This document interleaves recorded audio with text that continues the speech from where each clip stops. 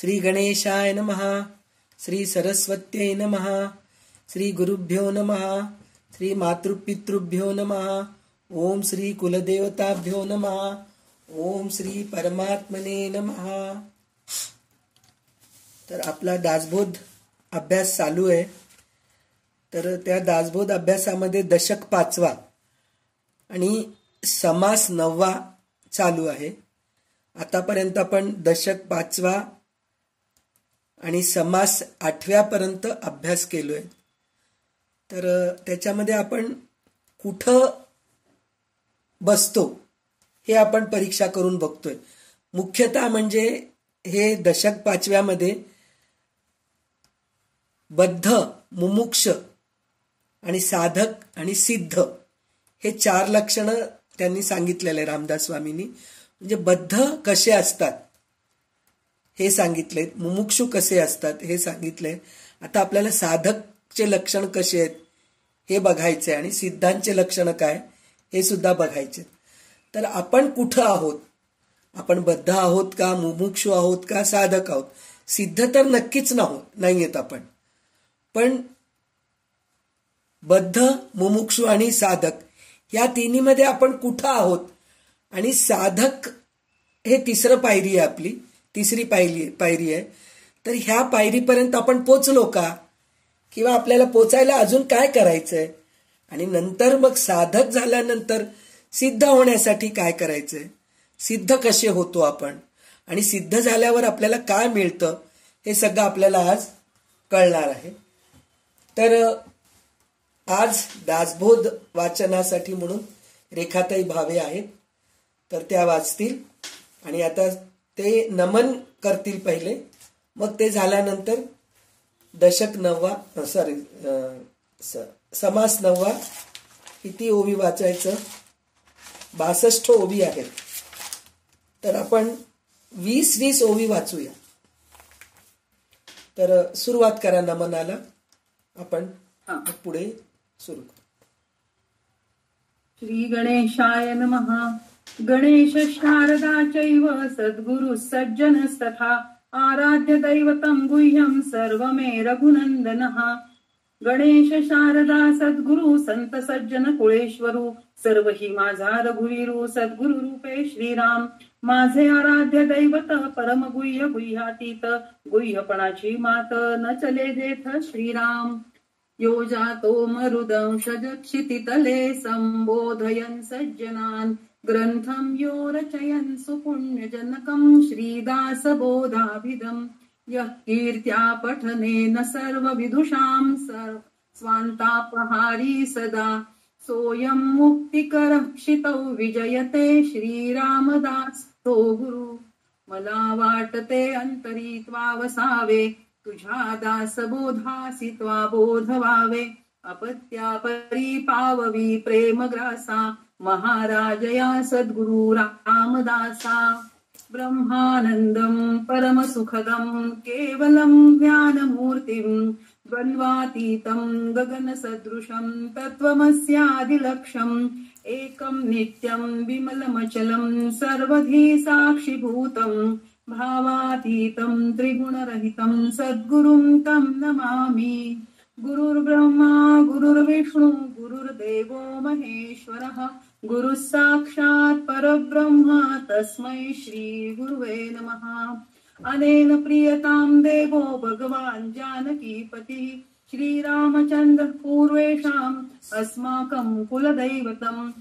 शुकासारि हे पूर्ण वैराग्य जाचे वशिष्ठा परिज्ञान योगेश्वराचे. कवी वाल्मिका सारिका मान्य ऐसा नमस्कार माझा सद्गुरु रामदासा. जय जय रघुवीर समर्थ. श्रोता वक्ता श्रीराम. जय जय रघुवीर समर्थ. दशक 5वा समास 9वा साधक लक्षण. श्रीराम. मागा मुमुक्षुचे लक्षण संकेते केले कथन. आता परिसा सावधान साधक तो कैसा श्रीराम. अवगुणाचा करुणी त्याग जेणे धरिला सत्संग. तयासी बोलीजे मग साधक ऐसा श्रीराम. जो संतासी शरण गेला संतजनी आश्वासिला मग तो साधक बोलिला ग्रंथांतरी श्रीराम उपदेशिले आत्मज्ञान तुटले संसार बंधन दृढते कारणे करी साधन या नाव साधक श्रीराम धरी श्रवणाची आवडी अद्वैता निरूपणाची गोडी मनने अर्थांतर काढी या नाव साधक श्रीराम होता सारा सार विचार ऐके होऊनी तत्पर संदेह छेदुनी दृढोत्तर आत्मज्ञान पाहे श्रीराम नाना संदेह निवृत्ती भावया धरी सत्संगती आत्मशास्त्र गुरु प्रचिती ऐक्यतेसी आणि श्रीराम देह बुद्धी विवेके वारी आत्मबुद्धी सदृढ धरी श्रवण मनन केलेची करी या नाव साधक श्रीराम विसंचुनी दृश्यभान दृढ धरी आत्मज्ञान विचारे राखे समाधान या नाव साधक श्रीराम सोडोनी द्वैताची उपाधी अद्वैत वस्तू साधने साधी लावी ऐक्यतेची समाधी या नाव साधक श्रीराम आत्मज्ञान जीर्ण चर्चर त्याचा करी जीर्णोद्धार विवेके पावे पैल पार या नाव साधक श्रीराम उत्तमे साधूची लक्षणे अंगीकारी निरूपणे बळेची स्वस्वरूपाकार होणे या नाव साधक श्रीराम असत्क्रिया ते सोडिली आणि सत्क्रिया ते वाढविली स्वरूप स्थिती बळावली या नाव साधक श्रीराम अवगुण त्यागी दिवसेंदिवस करी उत्तम गुणांचा अभ्यास स्वरूपी लावी निज ध्यास या नाव साधक श्रीराम दृढ निश्चयाने बळे दृश्य असताच नाडळे सदा स्वरूपी मिळे या नाव साधक श्रीराम अप्रत्यक्ष माया अलक्ष करी अलक्ष वस्तू लक्ष्यंतरी आत्मस्थितीची धारणा धरी या नाव साधक श्रीराम जे या जनासी चोरले मनास नवचे अनुमानले तेची जेडे दृढ केले या नाव साधक श्रीराम जे बोलताची वाचा धरी जे पाहताची अंध करी ते साधी नाना परी या नाव साधक श्रीराम जे साधू जाता साधवेना जे लक्षू जाता लक्षवेना तेची अनुभवे आणि मना या नाव साधक श्रीराम जेथे मनची मावळे जेथे तर्कची पांगुळे तेची अनुभवा आणि वळे या नाव साधक श्रीराम. तर आपण आता बद्ध लक्षणं बघितलो. म्हणजे बद्ध म्हणजे काय, काहीच माहित नाही. देवपूजा माहित नाही, पुस्तक वाचणं माहित नाही, चांगलं वागणं माहित नाही. म्हणजे न माहीत असता करतात हे बद्ध लोक. माहीत असून करणारे बद्ध नाहीत, ते मुद्दाम म्हणून करणारे आहेत. पण बद्ध लोकांना काय माहीत नसतं कशी देवपूजा करावे, कसे पुस्तकं वाचावे, कोणते पुस्तकं वाचावे, काहीच माहीत नसतं त्यांना. पण ते बद्ध काय करतात, चार लोकांच्या सहवासामध्ये राहिल्यानंतर, चांगल्या लोकांच्या सहवासात राहिल्यानंतर त्यांना कळतं की अरे आपण काहीच करत नाहीयेत, आपल्याला काहीतरी करायला पाहिजे. म्हणून मग हळूहळू अध्यात्माच्या मार्गी लागायचा प्रयत्न करतात. म्हणजे काय होतात, ते मुमुक्षू होतात. मुमुक्षू होऊन कोणचे ग्रंथ चांगले आहेत लोकांना विचारत राहतात, तुम्ही हे कशाला वाचतायत, ह्याच्यामध्ये काय आहे, तुम्ही गीता, तुम्ही रोज एक ग्रंथ घेऊन बसतात हो, काय वाचत आहात तुम्ही, असं म्हणून विचारतात मुमुक्षू. विचारलं तर ते समोरचे जे माणसं चांगले असतात ते म्हणतात आम्ही भगवद्गीता वाचतोय, दासबोध वाचतोय, ज्ञानेश्वरी वाचतोय.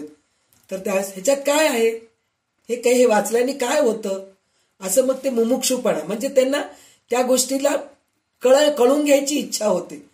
मग ते झाल्यानंतर मग हळूहळू मग ते ग्रंथ हातात घ्यायला लागतात. मग त्याच्यात काय आहे हे बघतात. मग काही क्लासेस जॉईन करतात, कुठं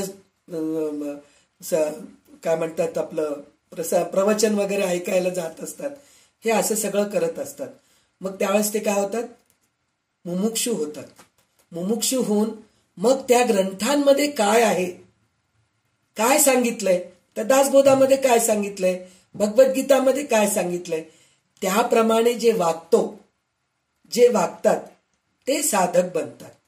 म्हणजे साधक बनणं म्हणजे काय, त्याप्रमाणे प्रत्यक्ष वागणे म्हणजे साधक बनणे.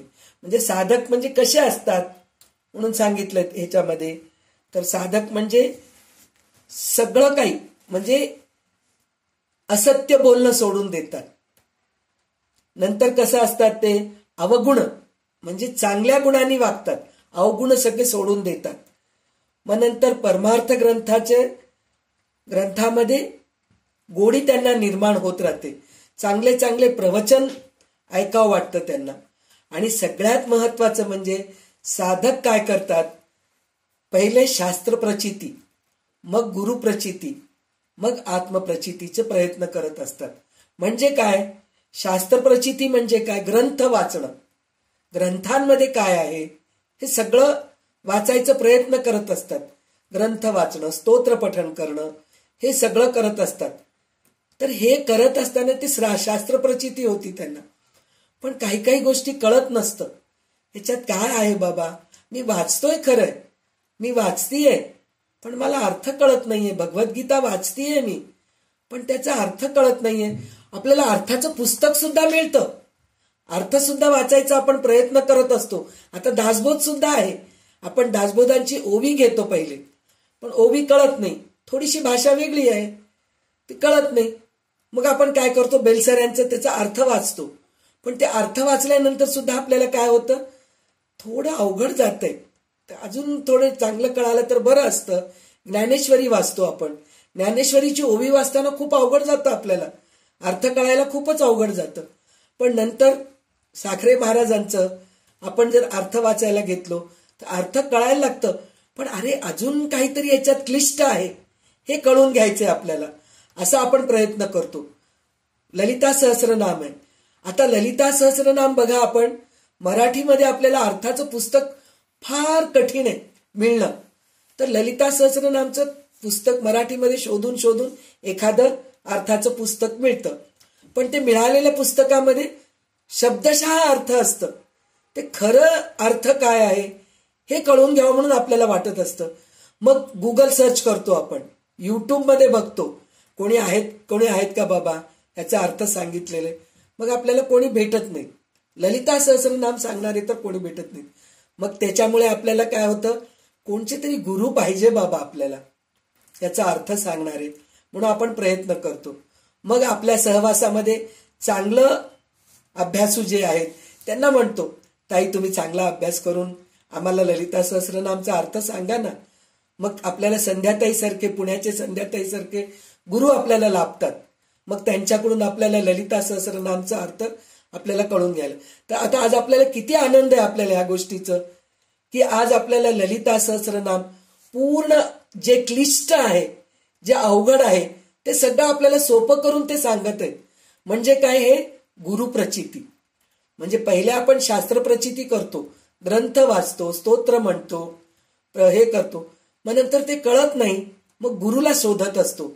तर खरोखर जर आपण मनापासून जर आपली इच्छा असेल की दासबोध ऐकायचे, ज्ञानेश्वरी ऐकायचे, ललिता सहस्रनाम ऐकायचे किंवा विष्णू सहस्रनाम ऐकायचे, शंकराचार्यांचे काही स्तोत्र ऐकायचे, असं जर आपल्याला मनापासून वाटत असेल तर भगवंत आपल्याला गुरु नक्कीच भेटवतात. त्याप्रमाणे आपल्याला संध्याताई भेटलेले आहेत, रेखाताई भेटलेले आहेत. आपण ह्यांच्याकडून आपण चांगल्या चांगल्या गोष्टी आपण शिकतोय, ऐकतोय. म्हणजे ही झाली गुरुप्रचिती. आता ही गुरुप्रचिती झाल्यानंतर मग काय होतं, साधक काय करतो, आत्मप्रचितीचा प्रयत्न करत असतो. आत्मप्रचितीचे प्रयत्न म्हणजे काय, आता मी गुरु सांगितलेले खूप ऐकलो, किती ऐकणार, जे गुरु सांगितले ते मी अभ्यास करतो, त्याप्रमाणे मी वागायला सुरुवात करतो, हे साधक करत असतो. म्हणून तो साधक बनतो. साधक म्हणजे काय, साधना करणं, उपासना करणं, त्याला साधक म्हणतात. आणि साधक काय करतो, अजून एक गोष्ट म्हणलं तर मी देह आहे. म्हणजे सतत आपण जे माणूस आहोत, सतत देहाचाच विचार असतं. देहाचाच विचार असतं म्हणजे काय, मला भूक लागली, मला तहान लागली, मला झोप येतंय, मी सुंदर दिसती आहे की नाही, मी चांगलं बोलती आहे की नाही, माझं घर चांगलं आहे की नाही, ह्याच्यामध्येच आपलं लक्ष असतं. तर हे जे आहे ना, मिथ्या आहे, हे सगळं खोटं आहे. म्हणून विवेकाने बाजूला सारवतो. मी देह आहे ही बुद्धी विवेकाने बाजूला सारवतो आणि नंतर मी आत्मा आहे ही सत्य भावना दृढपणे धरण्याचा अभ्यास करतो. म्हणजे मी देह आहे, सतत देहामध्ये असलेले विचार काढून टाकून मी आत्मा आहे. मी आत्मा आहे म्हणजे काय? मी भगवंतच आहे. अहम ब्रह्मास्मी. अहम ब्रह्मास्मी म्हणजे मी देव आहे, मला तुम्ही देवासारखं पूजा करा असं नाही. अहम ब्रह्मास्मी म्हणलं तर देवासारखं वागणं म्हणजे सगळ्यांशी समभावाने वागावं. विद्या विनय संपन्ने ब्राह्मणे गवी हस्तिनी शुनीचैव शपाकेच पंडित समदर्शिना. म्हणजे जो पंडित आहे तो समदर्शिना असतो, म्हणजे सगळ्यांशी समभावानी वागत असतो, म्हणजे तो आत्मबुद्धीमध्ये वावरत असतो, तो साधक बनतो. नंतर हळूहळू साधना करत करत कसं सिद्ध बनतो आपल्याला ते पुढच्या ह्याच्यामध्ये काय म्हणतात समासामध्ये बघायला मिळेल.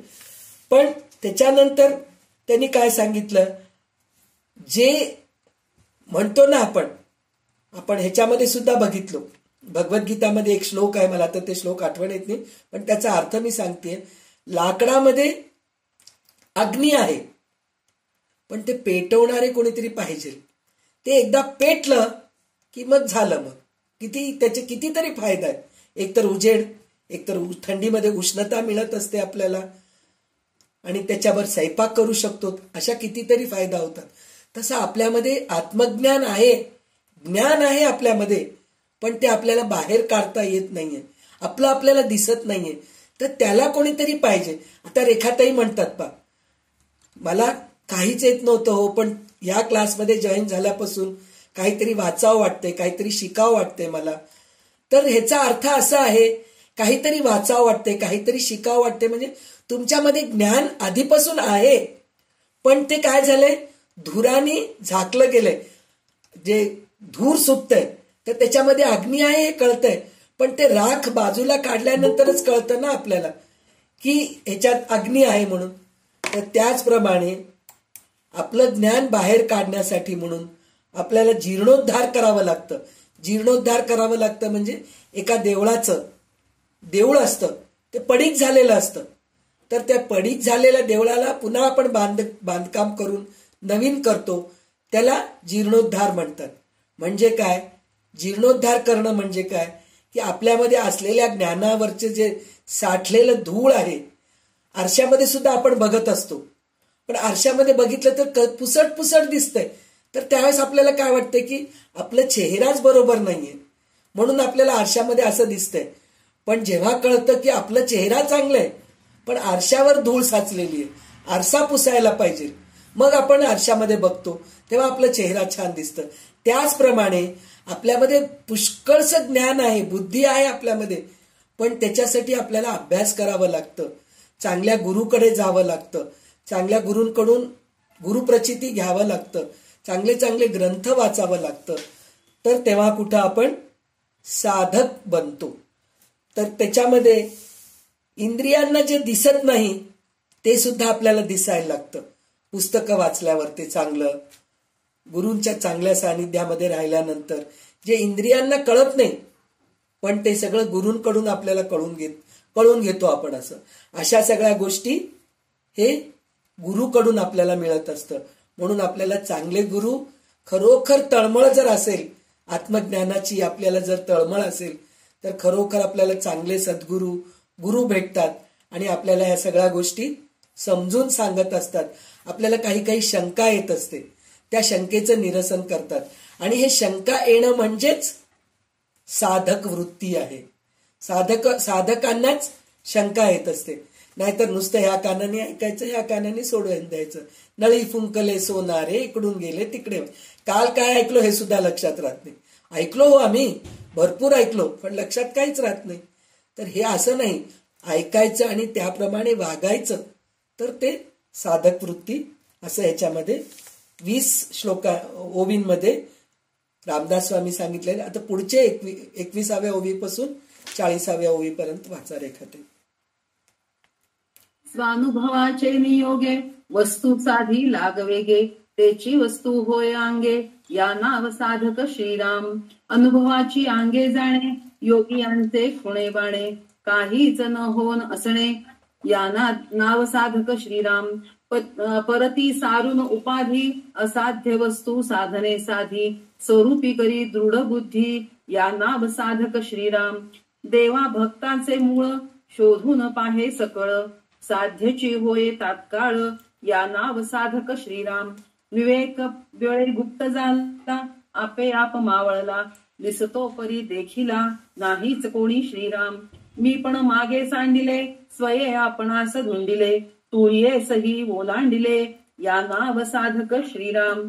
पुढे उन्मनीचा सेवटी आपली आपण अखंड भेटी अखंड अनुभवी ज्याची दृष्टी या नाव साधक श्रीराम. द्वैताचा तटका तोडिला भासाचा भास मोडिला देही असोनी विदेह झाला या नाव साधक श्रीराम. दयास अखंड स्वरूप स्थिती नाही देहाची अहंकृती सकळ संदेह निवृत्ती या नाव साधक श्रीराम. पंचभूतांचा विस्तार जयाची वाटे स्वप्नाकार निर्गुणी जयाचा निर्धार या नाव साधक श्रीराम. स्वप्नी भये जे पाटले ते जागृतीस नाही आले सकळ मिथ्या निर्धारिले या नाव साधक श्रीराम.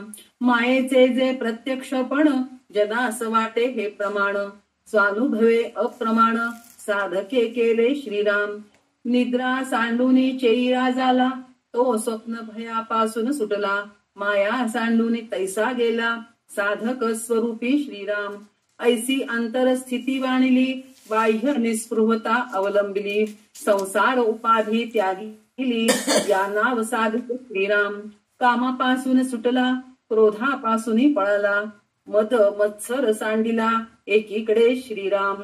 कुळाभिमानासी सांडिले लोक लाजेस लाजविले परमार्थास माजविले विरक्ती वळे श्रीराम. अविद्येपासून फडकला प्रपंचापासून निष्ठला लोभाचे हातीचा गेला अकस्मात श्रीराम. थोरपणासी पाडिले वैभवासी लाथाडिले महत्वासी झिंजाडिले विरक्ती वळे श्रीराम. भेदाचा मडगा मोडिला अहंकार सोडून पाडिला पायी धरुनी आपटला संदेह शत्रू श्रीराम. विकल्पाचा केला वधू थापे मारिला भवसिंधू सकळ भूतांचा विरोधू तोडून टाकिला श्रीराम. तर इथे साधकाचेच लक्षण सांगितलेले आहेत पूर्ण. तर त्याच्यामध्ये ते काय सांगतायत देव कोण आणि भक्त कोण हे पण शोधून बघतो. म्हणजे आता आपल्याला गुरु काही गुरु भेटतात आपल्याला चांगले चांगले गुरु भेटतात काही भोंदू गुरु पण भेटत असतात ते स्वतःला देव मानत असतात. पण साधक त्या गुरुमध्ये खरोखर काय आहे हे शोधून बघतात. म्हणजे साधकामध्ये तेवढी हे येतं म्हणजे काय शक्ती येते त्याच्यामध्ये की चांगलं काय वाईट काय हे त्याला कळायला लागतं. कारण काय आपण दासबोध वाचत येत आहोत तर रामदास स्वामी आपल्याला एक एक गोष्टी समजूत सांगत आलेत. श्रोता कसे असतात वक्ता कसे असतात काय म्हणतात सभा कशी असते परत काय म्हणतात सायुज्य मुक्ती काय 4 प्रकारचे मुक्ती काय पुरुषार्थ म्हणजे काय हे सगळं आपल्याला सांगत सांगत इथपर्यंत आणलेत. म्हणजे आता साधकाला हळूहळू साधक बनत आलोत आपण. म्हणजे आता आपल्याला कळतंय की कोण कसे आहेत देव म्हणजे काय आहे भक्त म्हणजे काय आहे शिष्य म्हणजे काय गुरु म्हणजे काय हे सगळं आपल्याला कळायला सुरुवात झालेली आहे. त्याच्यामध्ये काय अजून एक त्यांनी एक उदाहरण काय दिलंय जो माणूस स्वप्न बघतो आपण स्वप्न बघत असतो कित्येक वेळास आपल्याला असं होतं पहा स्वप्न बघत असतो आणि कुठून तरी वरून पडल्यासारखं आपल्याला असं जाणवतं. मग एकदम असं दचकून उठतो. दचकून उठल्यानंतर काय अरे स्वप्नच होतं ना म्हणून परत झोपून जातो आपण. म्हणजे साधक सुद्धा तसेच असतात. म्हणजे काय ह्या सगळ्या गोष्टीची भीती असते ना. जे काही काही गुरु असतात काही काही धर्मप्रचारक असतात ते लोक काही काही गोष्टीची भीती घालून ठेवतात. देवीची पूजा करावं म्हणजे भीती वाटते हो देवी एकदा कोपली ना आपल्यावर ते मग काय काय की आपल्यामध्ये वाईट घडत असतात. तर त्याच्यासाठी थोडं सांभाळून राहावं लागतं बरं का. पूजा करत असताना सवळं खूप पाळावं लागतं. असं काही काही गोष्टी धर्मप्रचारक लोक असतात. काही लोक आपले पूर्वज पण आहेत, आपले मोठे, आपल्यापेक्षा जे मोठे असतात त्यांना बिचारांना तेच समजून सांगितलेलं असतं. त्याप्रमाणे ते आपल्याला समजून सांगतात की नाही आपल्या कुळाचारमध्ये असं करायला पाहिजे. ते जर नाही केलं ना मग काहीतरी आपल्या घरामध्ये अनिष्ट घडतं, काहीतरी दुःख होईल, काहीतरी त्रास होईल, तर तसं करू नका. पण त्याच्यामध्ये विवेक वापरायला पाहिजे. साधक जो असतो तो विवेक वापरतो आणि तो म्हणतो नाही त्या काळामध्ये तसं होतं म्हणून ते सवळं ओवळं होतं, सगळ्या गोष्टी करू शकत होतो. उदाहरण म्हणजे सवळं ओवळं करणं म्हणजे काय, विहीर होतं त्यावेळेस, विहिरीतलं पाणी आपण शेंदून घेत होतो आणि प्रत्येक घरामध्ये कुठं पहा तिथं कर्टन्स नव्हते, पडदे, खिडकीला पडदे, दरवाजाला पडदे, कुठं पहा तिथं. आणि पाय पुसायला राहतच नव्हतं. कारण काय म्हणून म्हणलं तर जमीन पाणी शोषून घेत होतं एक तर, आणि दुसरे दगड खरबडीत राहायचे. खरबडीत राहिल्यामुळे काय होतं, पाय जरी ओला असलं ना तर आपण चालत गेलं तरी पडायची भीती नव्हती. आता कुठं पहा फरशी गुळगुळीत मऊ, एकदम थोडं जरी ओलं असलं तर एकदम आपण घसरून. आता आजकाल आपण बाथरूम मध्ये अँटीस्किट टाईल्स वापरतो, म्हणजे त्याचं कारण काय, घसरून पडू नये म्हणून. पण घरभर सगळं स्किटच व्हायचं, फरशी असतात.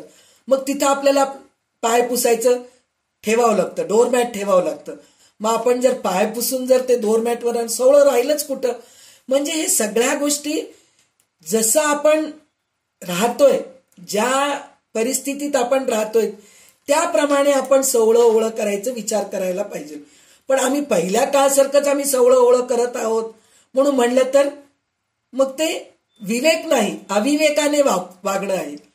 मी पाय न पुसता येते, घसरून पडतीस, प्रश्नच नाहीये. म्हणजे आपलं आपल्यालाच भोगावं लागतं. तर साधक जे आहे ना ह्या सगळ्या विवेक बुद्धीनी वागत असतो. म्हणजे हे विवेक त्याला कळतं. म्हणजे काय, स्वप्नामध्ये पडलेलं भीती दूर होऊन सत्य परिस्थितीमध्ये तो येतो.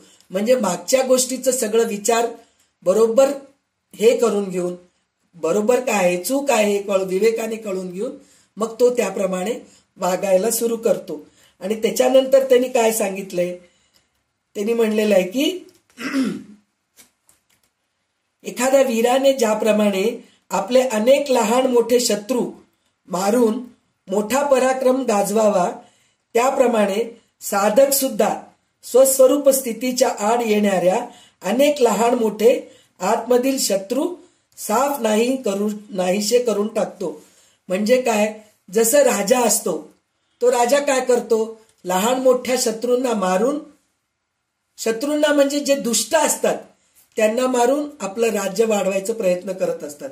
त्याचप्रमाणे साधक सुद्धा आपल्यामध्ये शत्रू कोण आहेत, आपल्यामध्ये शत्रू आहेत काम, क्रोध, मोह, मद, मत्सर, हे सगळे आपले शत्रू आहेत. तर त्यांना मारून हळूहळू शांत होत चांगल्या गोष्टी शिकत राहतो तो साधक बनतो. त्यानंतर त्यांनी काय सांगितलेलं आहे, साधक अविद्येशी संबंध तोडतो. साधक अविद्येशी संबंध तोडतो म्हणजे अविद्या म्हणजे काय, भीती, संशय. अविद्या म्हणजेच भीती, सगळ्या गोष्टीची भीती. देवाला जर मी आज अभिषेक नाही केले तर माझं काहीतरी अनर्थ घडणार आहे. आज देवाला मी पुरणाची पोळी नैवेद्य नाही दाखवले, काहीतरी अनर्थ घडणार आहे. मला भरपूर ताप आहे, मी आंघोळच करू शकत नाही, तर मी नैवेद्य कसे दाखवेन. पण मी आंघोळ केले आणि मी देवाला नैवेद्य दाखवले तर काय होतं, मग तुम्हाला निमोनिया होतं. ताप आहे, डॉक्टर सांगितले तुम्हाला आंघोळ करू नका म्हणून, पण नाही, मला ते भीती, आज मी देवाला नैवेद्य नाही दाखवलं तर काहीतरी अनर्थ घडणार आहे. तर हे झालं अविद्या. तर ह्या अविद्येतून तो बाहेर येतो. नाही, बरोबर आहे, आज नाही झालं उद्या करेन, उद्या नाही झालं परवा करेन, ह्या वर्षी नाही झालं पुढच्या वर्षी करेन. पण मी नाही केलंय, माझी सून करायला पाहिजे. आता सुनेला वेळ नाहीये, सुट्टी मिळत नाही, नोकरी करत आहे, तर तिला आपण जर मागे लागलो तर घरामध्ये कलह निर्माण होतं आणि ती करू शकत नाही, मग सुट्टी मिळत नाही, मग घरामध्ये तर कलह होतच होतं. बळजबरी ती सुट्टी घेतली तर ऑफिसमध्ये गेल्यानंतर तिला तिथं त्या ऑफिसरचं पण ऐकावं लागतं. म्हणजे सगळ्या गोष्टीचं कलहच आहे ना. तर हे गोष्ट अविद्या आहे. म्हणजे हे करायलाच पाहिजे, हे म्हणजेच अविद्या आहे. तर ह्या अविद्येतून तो बाहेर निघतो आणि क्रोधापासून लांब राहतो, कामवासनेतून निघून जातो. कामवासना म्हणजे हे पाहिजे, ते पाहिजे, मला खायलाच पाहिजे, मला प्यायलाच पाहिजे, ह्या सगळ्या गोष्टीतून तो निघून जातो आणि प्रपंचात गुंतून राहत नाही. तो प्रपंचात गुंतून राहत नाही म्हणजे घरदार सोडून संन्यास घेऊन जाऊन मी अरण्यात राहतो असा राहत नाही तो. पण घरदारामध्ये राहिलं तरी निसंग राहतो तो. म्हणजे काय, हे काय करतात, ते काय करतात, प्रत्येक गोष्टीत डोकं घालणं. हे तू करू लागलीस, हे बरोबरच नाही, हे वस्तू इकडचं तिकडं कसं गेलं, हे असं कशाला झालं, ह्या सगळ्या भानगडीत पडत नाही. मला 2 वेळेस जेवायला मिळतंय ना व्यवस्थित, मला अभ्यास करायला वेळ मिळतंय ना, मला ऐकायला वेळ मिळतंय ना, बस पुरे, मला अजून ह्याच्यापेक्षा काय पाहिजे. अशा प्रकारे तो प्रपंचातून सुटतो आणि लोभाच्या जाळ्यातून बाहेर पडतो.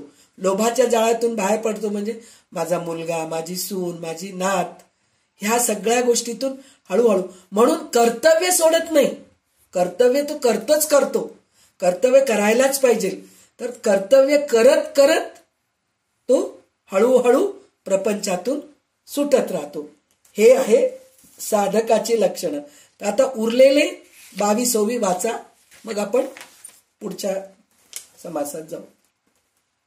भवभयासी भडकाविले, काळाचे टांगे मोडिले, मस्तक हाणोनी फोडिले, जन्म मृत्यूचे श्रीराम. देह संबंधावरी लोटला, संकल्पावरी उठवला, कल्पनेचा घात केला अकस्मात श्रीराम. अपधाकासी ताडिले, लिंग देहासी विभांडिले, पाषांडास पछाडिले, विवेक बळे श्रीराम. गर्वावरी गर्व केला, स्वार्थ अनर्थी घातला, अनर्थ तोही निर्दाळला, नीती न्याये श्रीराम.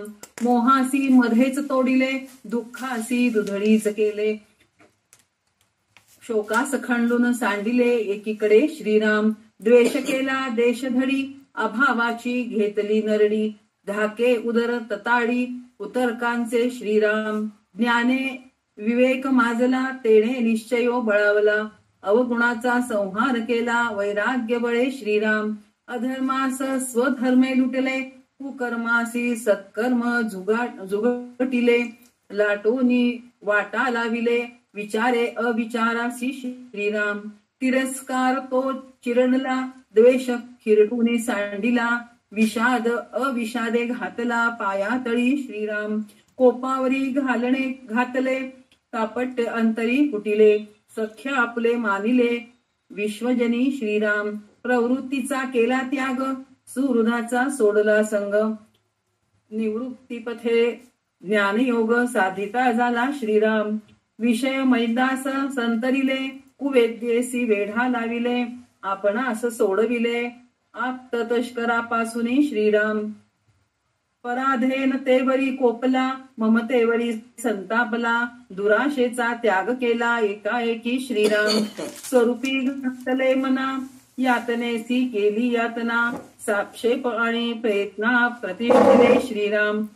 अभ्यासाचा संग धरिला, साक्ष पासरीसा निघाला, प्रयत्न सांगती भगा, साधन पंथे श्रीराम. सावध दक्ष तो साधक, पाहे नित्य विवेक, संग त्यागुनी एक, सत्संग धरी श्रीराम. बळेची सारीला संसार, विवेके टाकिला जोजार, शुद्धाचारे अनाचार भ्रष्टविला श्रीराम. विसरास विसरला, आळसाचा आळस केला, सावध नाही दुश्चित झाला, दुश्चितपणासी श्रीराम. आता असो हे बोलणे, अवगुण सांडी निरूपणे, तो साधक ऐसा येणे प्रमाणे, बुझावा श्रीराम. बळेची अवघा त्याग कीजे, म्हणून साधक बोलिजे, आता सिद्ध तो जाणीजे, पुढील समासी श्रीराम. येथे संशय उठिला निस्पृह तोची साधक झाला. त्याग न घडे संसारिकाला तरी तो साधक नव्हे की श्रीराम. ऐसे श्रोतयांचे उत्तर याचे कैसे प्रत्योत्तर. पुढील समासी तत्पर होऊन ऐका श्रीराम. इति श्री दासबोधे गुरु शिष्य संवादे साधक लक्षण नाम समास नववा समाप्त. श्रीराम समर्थ. तर इथं समर्थांनी म्हणजे हे धाडस कोणीच करू शकत नाही असं धाडस इथं समर्थांनी केलेलं आहे. तर त्यांनी कसं सांगितलंय, गळा दाबून मारून टाकतो, पायाखाली चिरडून टाकतो, तलवार घेऊन मारून टाकतो. म्हणजे हे सगळं कोणाला, काम क्रोध मदमोह मत्सराला सगळं करतो म्हणून सांगतायत. म्हणजे त्यांनी कसं सांगितलंय, त्यांनी साधक देहरूपी पिशाच्यावर हल्ला करतो. देहरूपी पिशाच्य म्हणतायत, म्हणजे आपलं देह म्हणजे पिशाच्य आहे, त्याच्यावर हल्ला करतो साधक. नंतर काय सांगितलंय त्यांनी, मी देह आहे हे अभिमान हे करून टाकतो. आणि दुसरं काय सांगितलेलं आहे की साधक मोहाला उभा चिरतो म्हणे. म्हणजे आपण उभा चिरणं म्हणजे काय, आता हे सगळं वाचू लागलं तर आपल्याला काय वाटतं, काय बाबा हे कसं असं करू शकतं उभा चिरणं, मी तुला उभा चिरून टाकतो. म्हणजे हे भांडणामध्ये हे सगळं बोलतात ना, म्हणजे तितकं जोश, तितकं म्हणजे काय म्हणतात, आपल्या अंगामध्ये वैराग्य आणण्यासाठी म्हणून ह्या सगळ्या गोष्टी करायचं, तेवढं त्यांच्यामध्ये शक्ती आणलेलं दाखवत आहेत. साधकाच्या अंगामध्ये अशी शक्ती असते, म्हणजे ह्या सगळ्या गोष्टी करू शकतात. त्याच्यानंतर त्यांनी काय सांगितलंय, तिरस्काराला चिरडून टाकतो पायाखाली. आपण जसं किड्या मकोड्यांना चिरडतो ना, तसंच तिरस्कार, आपण लोकांबद्दल तिरस्कार करतो ना, तर ते तिरस्काराला आपण पायाखाली चिरडून टाकतो असं म्हणून म्हणले त्यांनी. आणि त्याच्यानंतर काय सांगितलंय, साधक द्वेषाला देशोधाडीला घालतो. द्वेषाला काय करतो, आपल्या अंगातून काढूनच टाकतो. देशोधाडी म्हणजे काय, आता एकेकाला आपण निघून जा म्हणून सांगतो किंवा आपण स्वतःच घरच्या बाहेर निघून जातो, त्याप्रमाणे द्वेषाला आपल्या अंगातून काढून टाकतो साधक, असा असतो तो. आणि काय सांगतायत ते की सर्व भूतांना मित्रप्रमाणे पाहतो साधक. हे सगळं केल्यानंतर दुष्ट असू दे चांगला असू दे, तो सगळ्यांशी एकसारखं वागतो.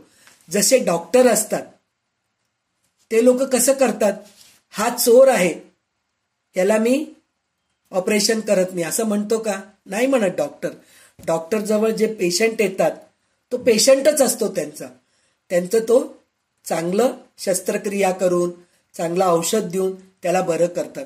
एवढंच काय, जेव्हा जो गुन्हेगार असतो कोर्टामध्ये त्याला फाशीची शिक्षा सांगितलेलं असतं, ह्याला फाशीची शिक्षा द्या म्हणून सांगतात.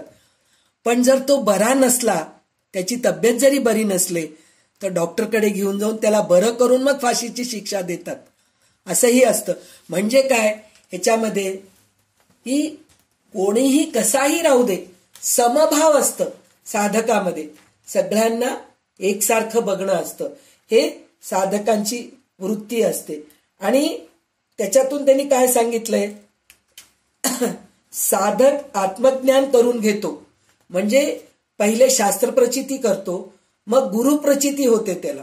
म्हणजे जे काही शास्त्रप्रचितीमध्ये पुस्तकांमधून ग्रंथांमधून जे काही गोष्टी कळत नाहीत, ते गुरुकडून त्याला कळायला लागतं. ते कळाल्यानंतर तो काय होतो, आत्मज्ञान होतो. आत्मज्ञान होऊन काय करतो, वृत्तीला आतमध्ये वळविले की प्रथम अन्नमय कोशातून साधक निवृत्त होतो. अन्नमय कोश, आता आपल्यामध्ये 4 कोश आहेत, अन्नमय कोश, प्राणमय कोश, मनोमय कोश, ज्ञानमय कोश, 5 विज्ञानमय कोश, ज्ञानमय कोश, असे आपले 5 आहेत. तर तो पहिले काय करतो, जेव्हा ज्ञान होते तेव्हा अन्नमय कोशातून बाहेर पडतो. अन्नमय कोशातून बाहेर पडतो म्हणजे काय, वासना, खाण्याची जी वृत्ती आहे, खाणं हे करणं पाहणं, हे सगळे वृत्ती जे आहे ना, हे अन्नमय कोश आहे. म्हणजे ह्या अन्नमय कोशातून तो बाहेर पडतो हळूहळू. म्हणजे ह्या सगळ्या गोष्टी त्याला इच्छा राहत नाही, मला हे खायला, मला पोटभर जेवायला मिळालं तर पुरे, मला पोळीच पाहिजे, मला भातच पाहिजे, मला अमकीच भाजी पाहिजे, मला अमकच चटणी पाहिजे, मला वरण मुगाचंच पाहिजे, मला तुरीचंच पाहिजे, ह्या सगळ्या गोष्टी त्याला राहत नाही. म्हणून तो पहिले काय होतो, अन्नमय कोशातून निवृत्त होतो. नंतर वृत्ती अधिक अंतर्मुख झाली की तो प्राणमय कोशातून निवृत्त होतो. प्राणमय कोशातून निवृत्त होतो म्हणून म्हणलं तर, प्राणमय कोशाचं म्हणून म्हणलं तर काय, शरीराचं दुःख सतत, म्हणजे माझं जीव जातं की काय, ही भीती प्रत्येकाला असते. म्हणजे मला हे जर जास्त झालं, डायबिटीज जास्त झालं तर मला काहीतरी दुसरं काहीतरी आजार पण येतं की काय, असं विचार करून घाबरून घाबरून जो राहतो, साधक तसा नसतो. आहे माझ्या शरीराला दुःख आहे, त्या दुःखाच्या मधून मी बाहेर पडतो. अशा प्रकारे तो प्राणमय कोशातून निवृत्त होतो. मग वृत्ती सूक्ष्म होऊन स्वरूपाच्या धारणेतून राहू लागते. वृत्ती विज्ञानमय कोशात स्थिर होते. म्हणजे हे सगळं त्याला ज्ञान मिळायला लागतं हळूहळू. मग तो ते मनोमय कोश म्हणून पण असतं, ते मनोमय कोशातून सुद्धा तो बाहेर निघतो. मनोमय कोश म्हणून म्हणलं तर काय, सतत मनामध्ये इच्छा, मला हे पाहिजे, मला ते पाहिजे, मला घर पाहिजे, मला बंगला पाहिजे, मला गाडी पाहिजे, माझ्या मुलाला नोकरी पाहिजे, माझ्या मुलीला नोकरी पाहिजे, माझ्या मुलीचं लग्न व्हायला पाहिजे, माझ्या मुलाला चांगली बायको मिळायला पाहिजे, सुंदर पाहिजे. हे सगळं जे असतं ना, ते काय नाही, सगळं देवावर सोडून देतो तो. साधक जो आहे ना तसा बनतो. मग तो विज्ञानमय कोशामध्ये स्थिर होतो. अखेर साधक तेथून निवृत्ती होतो व आनंदमय कोशामध्ये जातो. आनंदमय कोश म्हणजे काय, सतत आनंदी राहणं कुठल्याही परिस्थितीत. सुख राहू दे, दुःख राहू दे, पंखा असू दे नसू दे, एसी असू दे नसू दे, हीटर असू दे नसू दे, पाऊस पडू दे न पडू दे, मला काय देणं घेणं आहे, सर्व भगवंत बघतोय. म्हणून तो सतत आनंदी राहतो. तो झालं आनंदमय कोशात प्रवेश करतो. 3 अवस्था निवृत्त होऊन तो तुरीय अवस्थेमध्ये जातो. या अवस्थेमध्ये त्याचे साधन थांबते व तो आपोआप उन्मनीला पोचतो. म्हणजे काय, ह्या सगळ्या गोष्टीतून निघून जाऊन तो शांत होऊन जातो आणि ध्यानस्थ होऊन जातो. कुठल्याही गोष्टीचं त्याला काहीही देणं घेणं राहत नाही. यास निवृत्ती मार्ग म्हणतात. हा अधिकारी पुरुषाचा किंवा सद्गुरु कृपा पात्र साधकाचा मार्ग आहे. म्हणजे खरा साधक असा असतो म्हणून त्यांनी सांगितलेलं आहे. साधक दृश्यरूपी चोरास फसवतो. म्हणजे दृश्यरूपी चोरास फसवतो म्हणून म्हणलं तर काय, हे दृश्य जे आहे हे सगळं खोटं आहे म्हणून तो त्या गोष्टीकडे लक्षच देत नाही, काही लक्ष देत नाही.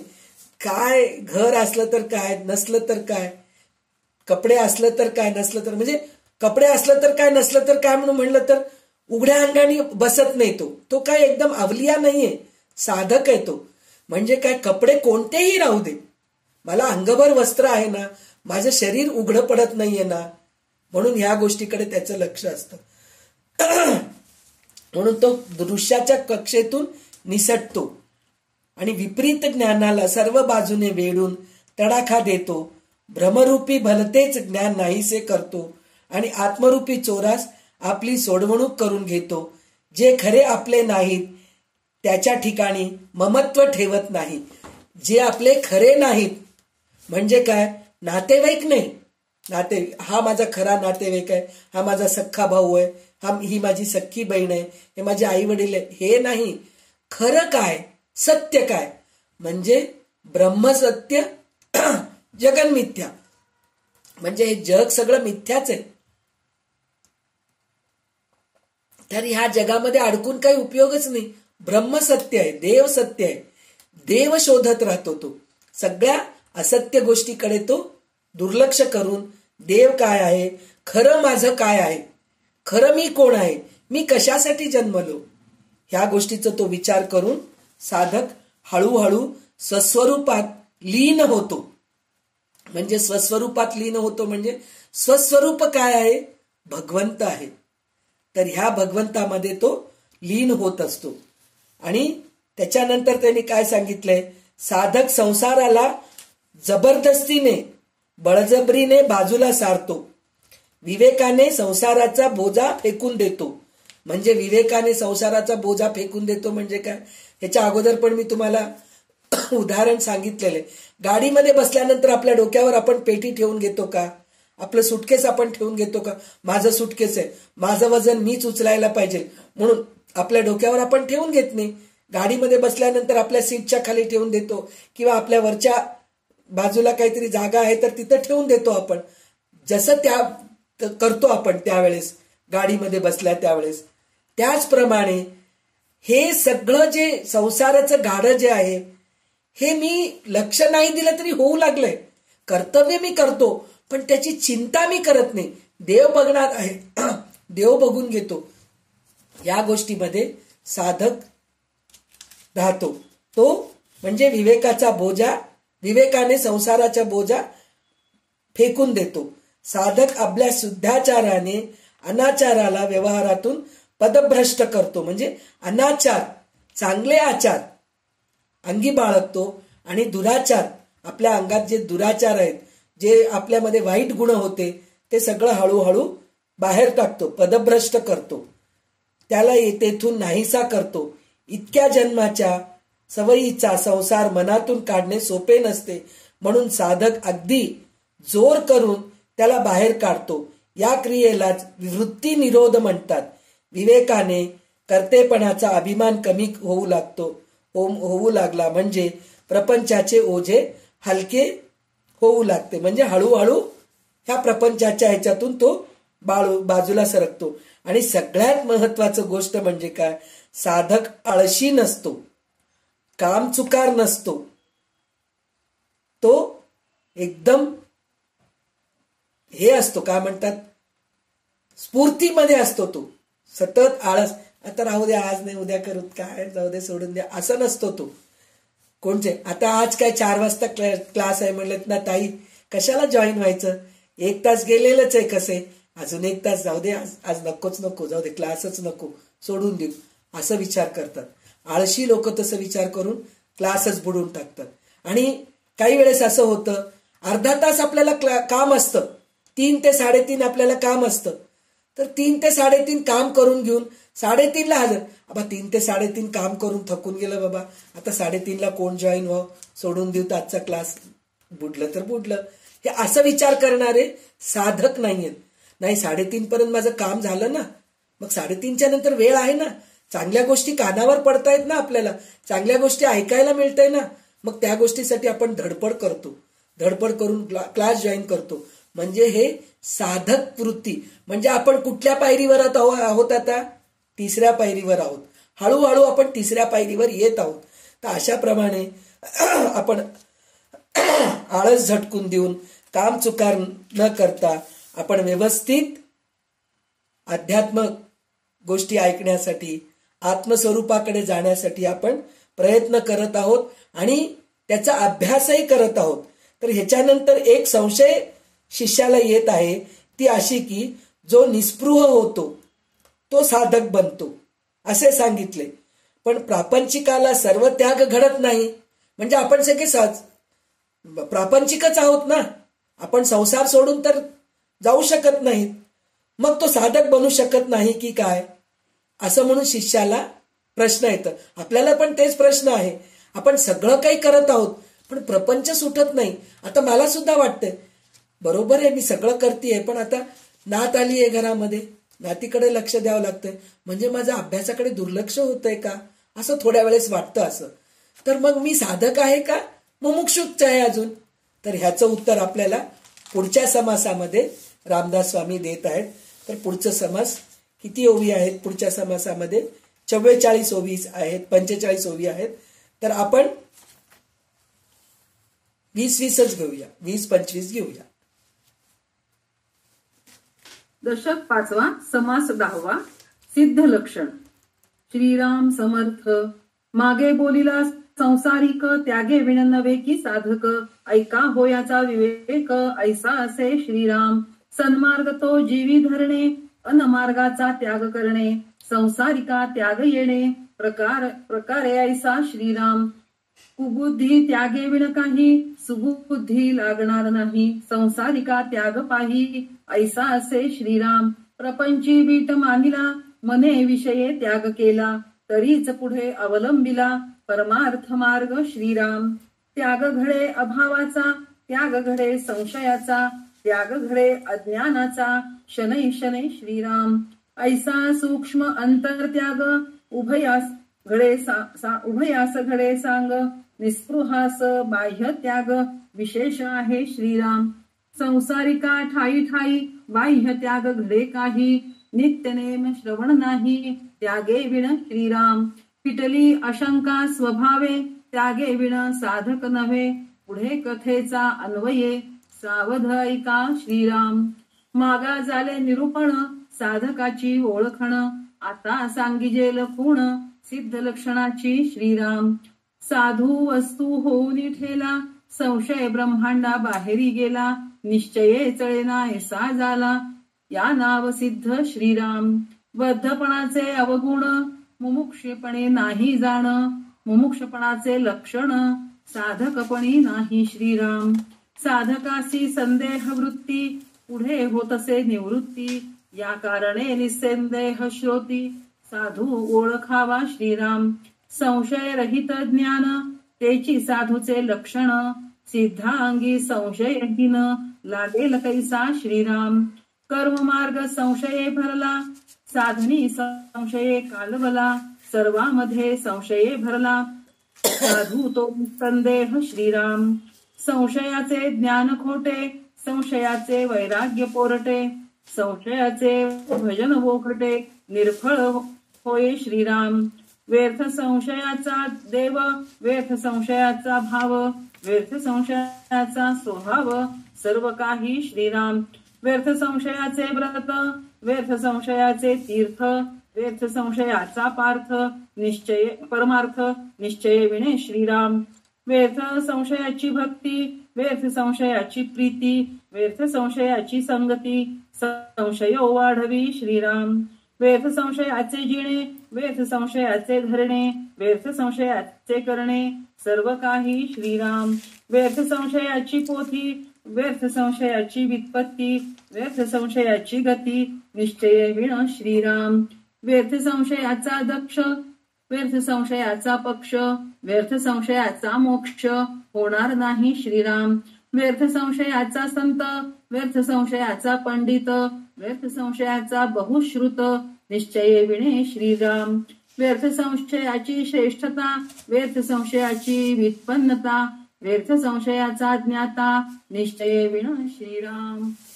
तर अशा प्रकारे इथं त्यांनी पहिले प्रश्न काय विचारले की प्रपंचामध्ये राहून सुद्धा साधक बनू शकतो का, सिद्ध बनू शकतो का आपण, तर हे विचारले. तर त्याच्यामध्ये त्यांनी काय सांगितलंय, सिद्ध म्हणजे साध्य प्राप्त होणं. साध्य प्राप्त होणं म्हणजे काय, जे आपण विचार केलो, जे पाहिजे म्हणून विचार केलो ते प्राप्त होणं म्हणजेच सिद्ध आहे. म्हणजे सिद्धीस पावलो म्हणून म्हणतो आपण. काय सिद्ध झालं हो म्हणून आपण म्हणतो की नाही, कोणचंही काम सिद्धीस लागलं म्हणून म्हणतो. म्हणजे काय, म्हणजे जे ठरवलंय ते होऊन जातं.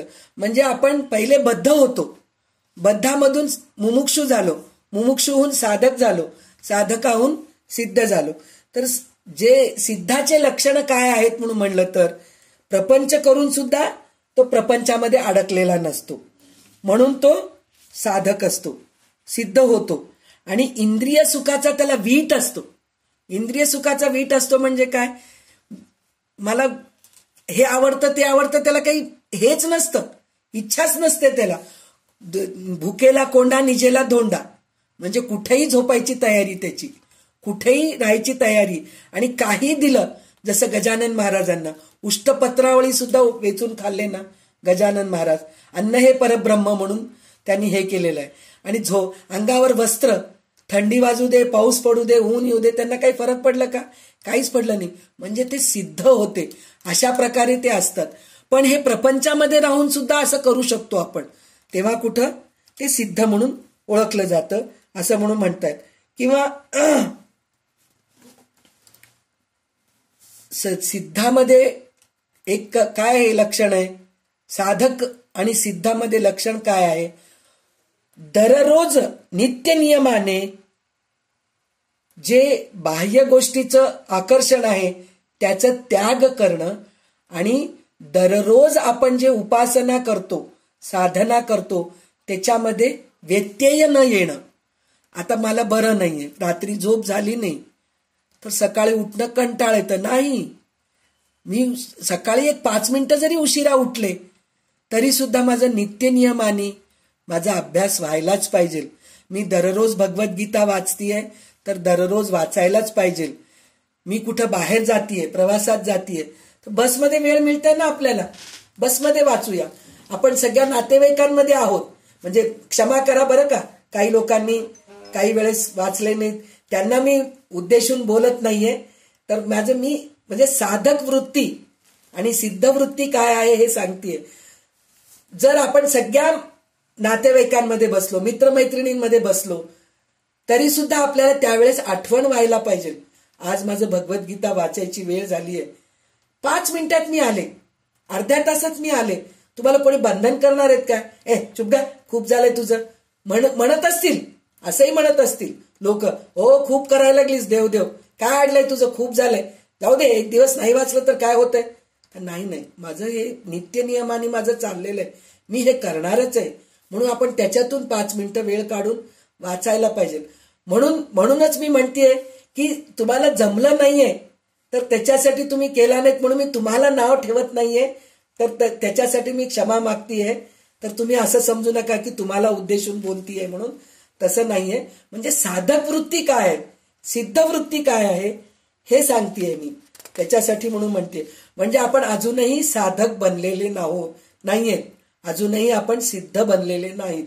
जेव्हा ह्या सगळ्या गोष्टी आपण नित्यनियमाने पाळतो तेव्हा साधक बनतो, असं म्हणून ते सांगितलेलं आहे. आणि ह्याच्यामध्ये सगळ्यात महत्वाचं खूण सिद्ध आणि साधक ह्याचं सगळ्यात महत्वाचं खूण म्हणजे शंका राहत नाही. शंका राहत नाही म्हणजे हे झालं तर काय होतं, ते झालं तर काय होतं, काय करू कसं करू, काय करू कसं करू, हे आपल्या सगळ्यात मोठं प्रश्न आहे. काय करू कसं करू हे सगळ्यात मोठं प्रश्न असल्यामुळे आपण पुढे जात नाहीत. जे करतोय ते चांगलं करतोय. आज अमावस्या आहे, आजच्या दिवशी मी सुरू करू का, तुमच्या मनात आलं ना आज करायचं, चांगली गोष्ट करायचं, मनात वेळ आलं, मग ते काय राहुकालम आहे हो, काय कोणचं की घडी म्हणतात, अशुभ घडी, तर त्या घडीमध्ये सुरुवात केलं तर काम चांगलं. कोण सांगितलंय तुम्हाला हे सगळ्या गोष्टी? ह्या सगळ्या गोष्टी तुमच्या मनावर बिंबवलेल्या आहेत. तर ह्या सगळ्या गोष्टीचा विचार करू नये. शुभस्य शीघ्रम म्हणजे आपल्या मनामध्ये चांगली गोष्ट करायचं ठरलं की करायला सुरू करावं. म्हणजे तिथे शंका कुशंका नकोय, मी करू का नको, नाही करू. जेव्हा हे शंका आलं तिथं तुम्हाला ते काहीतरी घडणारच आहे. शंका आलं तर मग थांबा. पण हे साधक आणि सिद्धाला शंका कधीच येत नाही, कधीच संशय येत नाही. त्याला संशय मूळ निघून जातं त्याचं. मी चांगलं काम करतोय, चांगलं होणारच आहे, हे त्याच्यामध्ये ठाम विचार असतं. जरी चांगलं नाही झालं, जर आता एखाद्या वेळेस असं असतं, आता आपल्याला मनामध्ये असतं मला आता जायचंय, मंदिराला जायचंय, मी जाणार मंदिराला, तिथं जाऊन मी गीता, आता उद्या गीता जयंती आहे, तर उद्या गीता जयंतीला मला अमक्या मंदिरात जायचंय, त्या मंदिरात जाऊन मी गीता पाठण करणार आहे म्हणून विचार करतो. आणि ते काहीतरी ते विचार करताना काहीतरी राहू कालमच आलंय, काहीतरीच मांजरच आडवी गेली आपल्याकडून.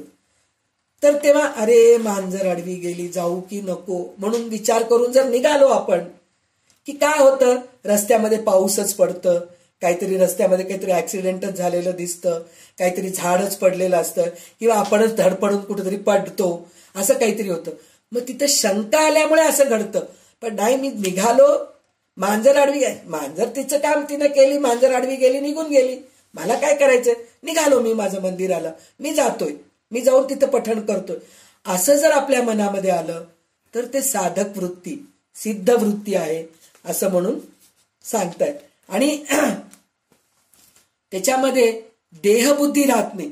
देहबुद्धी राहत नाही म्हणजे काय, तेच सांगायला आलं ना, माझं अंग दुखतंय, माझं पाय दुखतंय, गुडघे दुखतायत, मला जावं वाटत नाही, मला करावं वाटत नाही, हे सगळं नसतं. करायचं म्हणजे करायचं, मांडी घालून बसतोय. सिद्ध आसन, सिद्धासन म्हणजे काय, सिद्धासन मध्ये कसं बसतो आपण, मांडी घालून खरं बसतो आपण, पण आपल्याला गुडघेदुखीमुळे मांडी घालून बसता येत नाहीये, तर आपण सरळ खुर्चीवर बसायचं. ते पण सिद्धासनच आहे.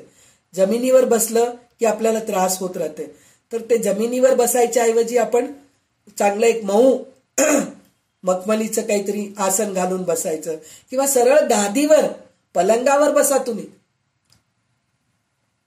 पलंगावर बसून तुम्ही हे करा.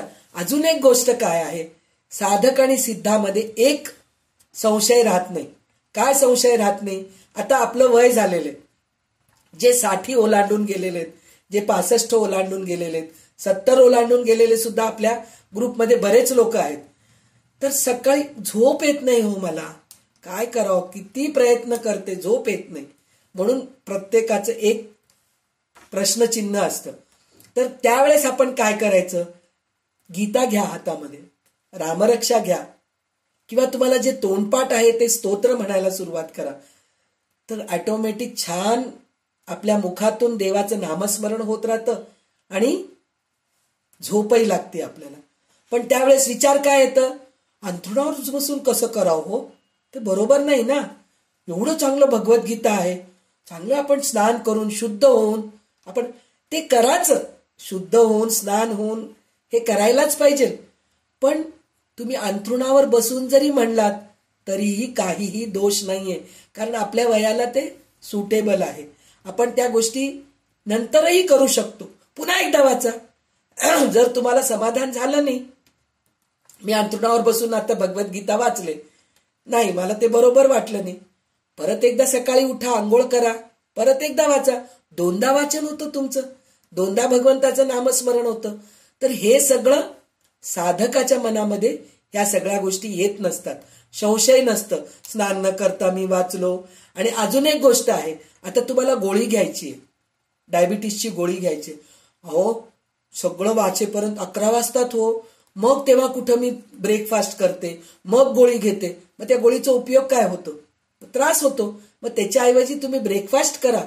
भगवंताला सगळं माहित आहे, गोळी घ्या, मग तुम्ही वाचन करा. म्हणजे शरीर सुदृढ करा पहिले, मग नंतर तुम्ही देवाचं हे करा.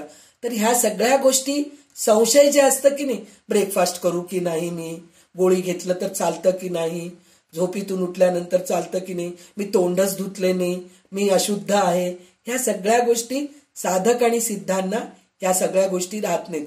उठलं, जाग आली की देवाचं नामस्मरण, जाग आलं की देवाचं नाम. दुसऱ्या गोष्टी विचारच कशाला येतात आपल्या डोक्यामध्ये? म्हणतो नाही हो, झोप येत नाही म्हणलं ना की नाही ते विचार येतात. पा काय जे काय म्हणतात ते, शत्रुन चिंते जो मनी चिंते म्हणून म्हणतो पा, तसं होतंय हो आपल्यामध्ये. मला ते काही कसं करावं, कशाला होतं या सगळ्या गोष्टी? देवाचं नामस्मरण करत राहा ना, किंवा देवाच्या चांगल्या गोष्टी आठवण करा.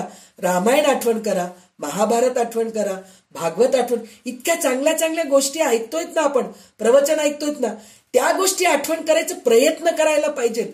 म्हणजे काय, ह्या गोष्टीच्या वरून जे धूळ आहे ते आपल्याला सारवायला पाहिजे. म्हणजे काय, धूळ झटकल्याशिवाय जाणार नाही ना. धूळ आहे म्हणून त्या धुळीतच आपण लोळत पडलो तर अर्थ काय? म्हणजे काय, आपण सतत वाईट गोष्टीचा विचार करत राहतो आणि विचार म्हणतो नाही हो, नाही ते विचार येतात, कसं होईल काय होईल. कशाला कसं होईल काय होईल? भगवंत आहे आणि आपल्याला विधिलिखित जे लिहून ठेवलंय ते घडणारच आहे. ह्या सगळ्या गोष्टी विचार करून जर आपण राहिलो तर नक्कीच आपण सिद्ध आणि साधक बनतो. तर हे सगळं आपल्याला सगळ्यात महत्वाचं म्हणजे 22 ओवीपर्यंत 23 ओवीपर्यंत रामदास स्वामी एकच सांगितलंय, संशय नको. हे साधकाचे विचार आहेत म्हणून सांगितलंय. तर पुढचे ओवी वाचा. निश्चये विण सर्व काही, अणुमात्र ते प्रमाण नाही. व्यर्थची पडले प्रवाही संदेहाचे. श्रीराम निश्चय विण जे बोलणे, ते अवघेची कंटाळवाणे. बाष्कळ बोली जे वाचाळपणे, निरर्थक. श्रीराम असो निश्चय विण जे वल्गना, ते अवधीच विटंबना. संशये काही समाधाना, उरी नाही. श्रीराम म्हणून संदेहरहित ज्ञान, निश्चयाचे समाधान. तेची सिद्धांचे लक्षण, निश्चयेसी. श्रीराम तव श्रोता करी प्रश्न निश्चय करावा कवण मुख्य निश्चयाचे लक्षण मज निरोपावे श्रीराम एक निश्चय तो ऐसा मुख्य देव आहे कैसा नाना देवाचा वळसा करूची नये श्रीराम जेणे निर्मिले सचराचर त्याचा करावा विचार शुद्ध विवेके परमेश्वर ओळखावा श्रीराम मुख्य देव तो कवण भक्ताचे कैसे लक्षण असत्य सांडून ओळखण सत्याची धरावी श्रीराम आपल्या देवास ओळखावे मग मी कोण हे पहावे संग त्यागुण रहावे वस्तुरूप श्रीराम तोडावा बंधनाचा संशयो करावा मोक्षाचा निश्चयो पहावा भूतांचा अन्वयो वितिरेकेसी श्रीराम पूर्व पक्षेसी सिद्धांत पहावा प्रकृतीचा अंत मग पावावा निवांत निश्चय देवाचा श्रीराम देहाचिनी योगे संशयो करी समाधानाचा क्षयो चळो नेदावा निश्चयो आत्मत्वाचा श्रीराम सिद्ध असता आत्मज्ञान संदेह वाढवी देहाभिमान या कारणे समाधान आत्मनिश्चये राखावे श्रीराम आठवता देहबुद्धी पुढे विवेकाची शुद्धी या कारणे आत्मबुद्धी सुदृढ करावी श्रीराम आत्मबुद्धी निश्चयाची तेची दशा मोक्ष श्रीची अहमात्मा हे कधीची विसरो नये श्रीराम निरोपिले निश्चयाचे लक्षण परी हे न कळे सत्संगे विण संतासी गेलिया शरण संशये तुटती श्रीराम आता असो हे बोलणे ऐका सिद्धांची लक्षणे मुख्य निसंदेहपणे सिद्ध बोलिजे श्रीराम सिद्ध स्वरूपी नाही देहो तेथे कैचा हो संदेहो या कारणे सिद्ध पाहो निसंदेही श्रीराम देह संबंधाचे निगुणे लक्षणाती काय उणे देहातीताची लक्षणे काय म्हणून सांगावी श्रीराम जे लक्षवेना चक्षुसी त्याची लक्षणे सांगावी कैसी निर्मळ वस्तू सिद्ध त्यासी लक्षणे कैसी श्रीराम लक्षणे म्हणजे केवळ गुण वस्तू उठाईची निर्गुण त्याची सिद्धांचे लक्षण वस्तुरूप श्रीराम तथापि ज्ञान दशकी बोलिले म्हणून वक्तृत्व आटोपिले न्यून पूर्ण क्षमा केले पाहिजे श्रोती श्रीराम इति श्रीदासबोधे गुरु शिष्य संवादे सिद्ध लक्षण नाम समास 10वा समाप्त दशक 5वा समाप्त श्रोता वक्ता श्रीराम समर्थ श्रीराम समर्थ आता परत तेच सांगितलंय संशय राहत नाही सिद्धांना म्हणजे काहीच संशय राहत नाही त्यांचं कुठल्याच गोष्टीचा संशय राहत नाही हे कसं करावं ते कसं करावं हे त्यांना कधीच विचार येत नाही नंतर ते काय करतात आतापर्यंत त्यांनी काय सांगितलंय सिद्धांचे लक्षणं सांगितले साधकांचे लक्षणं सांगितलेत कसे असतात ते सांगितलेत पण हे कशामुळे येतं म्हणून सांगितले त्यांनी तर ते पहिले काय आहे सिद्ध लक्षणं म्हणजे काय मी कोण आहे हे ते ओळखायला प्रयत्न करत असतात साधक मी कशासाठी जन्माला आलो मग ह्या गोष्टीचा तो प्रयत्न करून गुरुकडे जात असतो गुरुकडे जाऊन त्यांच्याकडून ह्या सगळ्या गोष्टी आत्मसात करून घेत असतो आणि मी आत्मा आहे मी देह नाही म्हणजे आत्म्याला नैनम छिंदंती शस्त्राणी नैनन दहती पावक नचक्लेदम त्यापो न शोषयती मारुतः म्हणजे काय आत्म्याला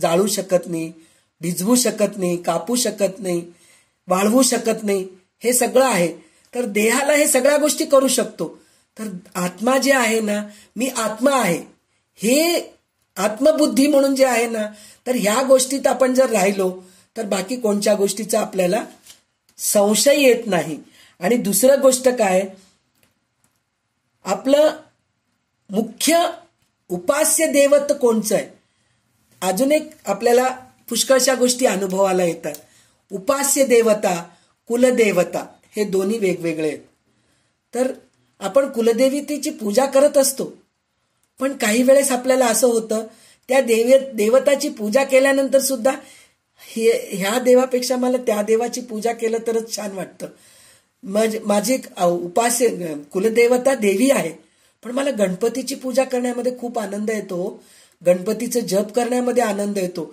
चतुर्थी करण्यामध्ये आनंद येतो. आणि चतुर्थी आलं की मला इतकं उत्साह येतं, मी जाऊन दुर्वा तोडून आणते, मोदक करते, देवाला नैवेद्य दाखवते आणि गणपतीचं स्तोत्र म्हणायला मला खूप आवडतं.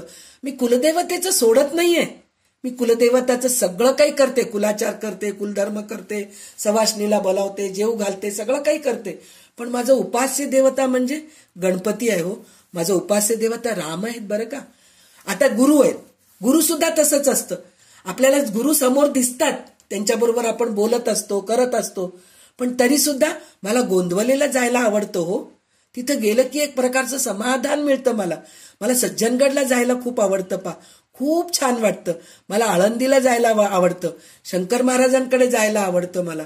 असं गजानन महाराज, आता कुठले कोण कानडी लोक, त्यांना गजानन महाराज कोण आहे हे माहीत नसतं, पण एकदा त्यांच्याबद्दल ते ऐकल्यानंतर तिकडं ओढले जातात.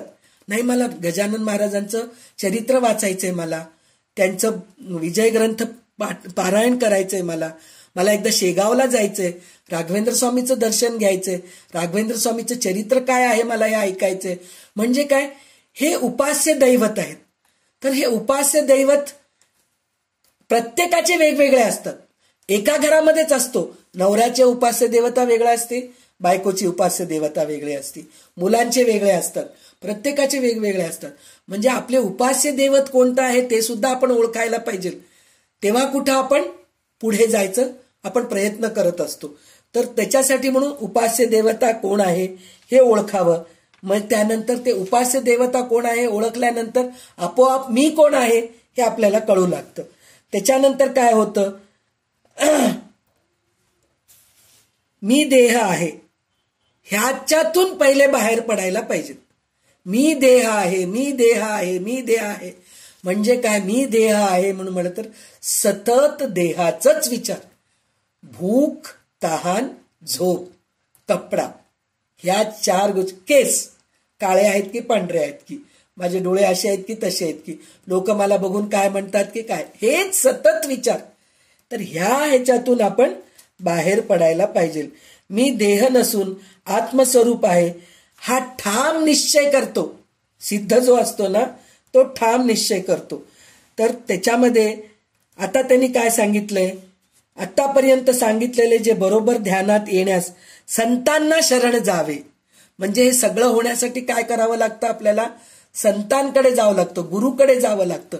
गुरुकडे गेल्यानंतरच ह्या सगळ्या गोष्टी कळायला लागतं. आपण वाचतो, सगळं करतो, पण त्या गुरूंचं वागणं कसं आहे ह्याच्यावर आपल्याला हे होतं. मी म्हणतेय ना, परत एकदा माझ्या गुरूंची मी विसरूच शकत नाही त्यांना, पण त्यांच्याबद्दल काही गोष्टी सांगावं म्हणून जे वाटतंय ना, त्यांच्याकडे बघून मला सुद्धा त्यांच्यासारखं मी कधी होते हे असं मला सतत वाटतं. त्यांना कधीही जेवण्यावर ते आसक्ती नव्हती.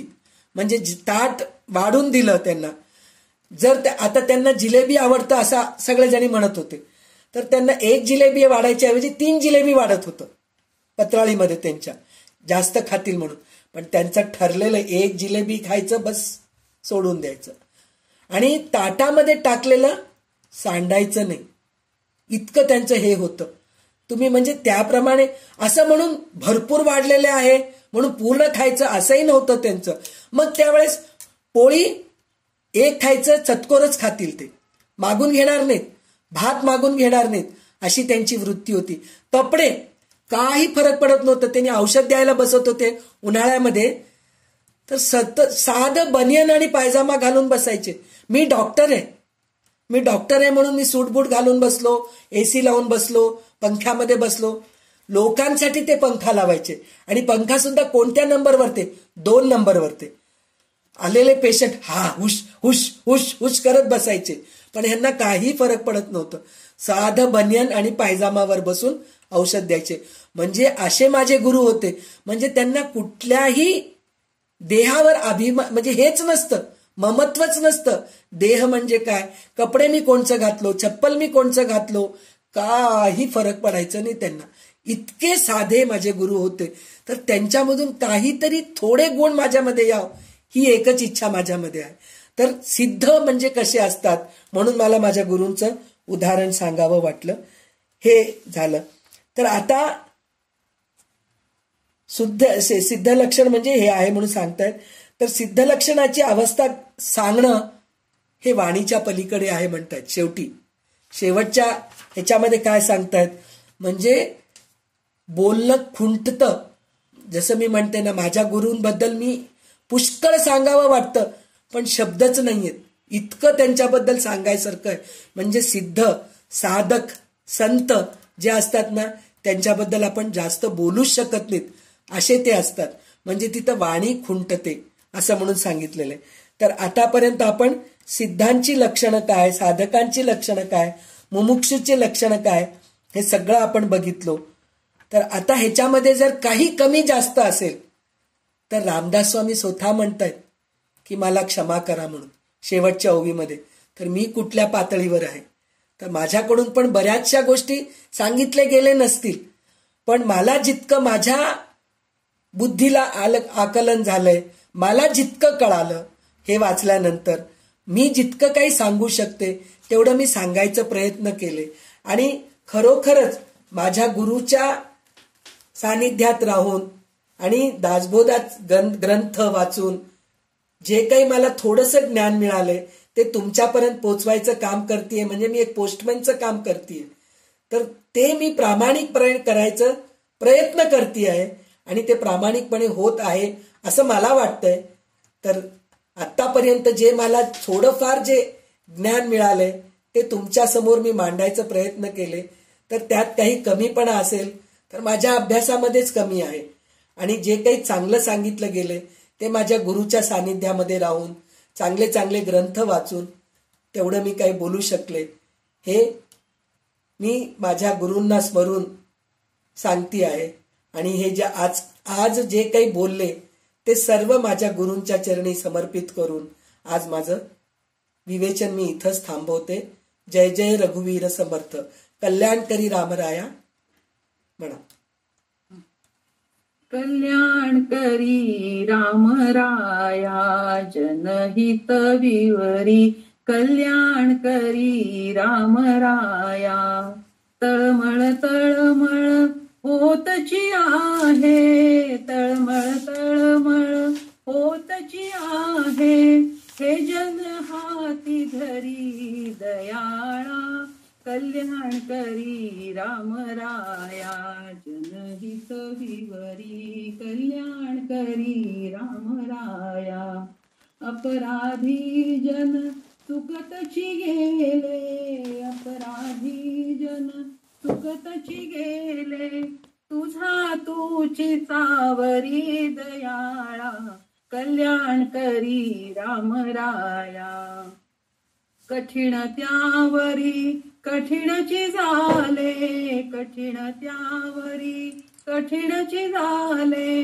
आता न दिसे उरी दयाळा.